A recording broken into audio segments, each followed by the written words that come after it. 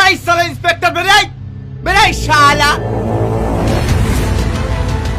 Shut up, mind your language. এটা একটা ভদ্রলোকের বাড়ি। এই বেশি ইংলিশ জানিস না, তোর বাপ খারাপ। কেন মার্ডার করবি? তোর তো ওটাই কাজ। কুকুরের লেজ কোনোদিন সোজা হয়? আমার বাপ একজন আইনের রক্ষক, তাকে মেরে তুই কাকে বাঁচাবি? একজন রেপিস্টকে, একটা মার্ডারারকে, যে 25টা মার্ডার আর 11টা রেপ করে জেলে আছে, তাকে বাঁচাবি? তুই জানিস তোর ভাই যে মাগুলোর বুক খালি করেছে তারা এখন কত অনাহারে দিন কাটাচ্ছে? তুই জানিস তোর ভাই যাদেরকে মার্ডার করেছে তাদের পরিবার এখন কতটা অনাহারে দিন কাটাচ্ছে? তুই জানবি কি করে? তোর তো মা বোনই নেই, তুই মা বোনের যন্ত্রণা কিভাবে বুঝবি? কি হয়েছে সালমা?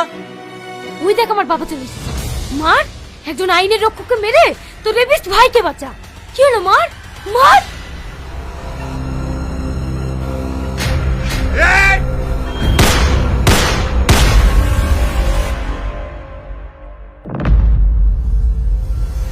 উকিল সাহেব, খবরটা শুনেছেন? আমার ভাই টনি ওই ইন্সপেক্টরকে শেষ করে দিয়েছে। এবার আইন আমার কিচ্ছু করতে পারবে না।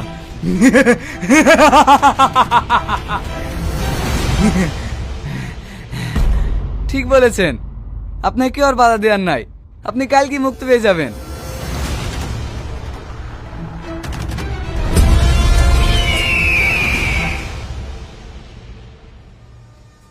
মোহাম্মদ আদালত, আমি আগেই বলেছিলাম আমার মক্কেল শাকিল সম্পূর্ণভাবে নির্দোষ।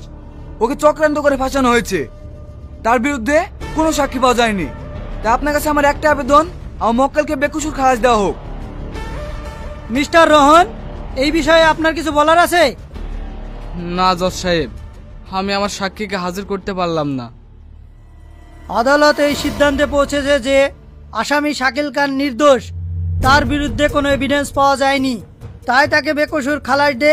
দাঁড়ান জজ সাহেব, শাকিল খান নির্দোষ না, সে একজন খুনি। তার সব প্রমাণ আমার কাছে।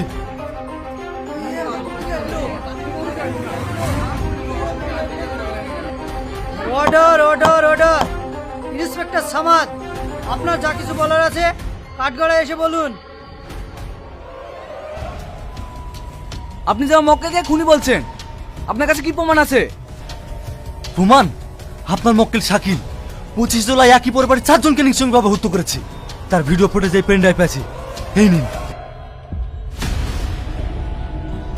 এই এই অফিসার, ওই ফ্যামিলি সবাইকে শেষ করে দিয়েছি, এবার তোর ফ্যামিলিও সবাইকে শেষ করে দেবো।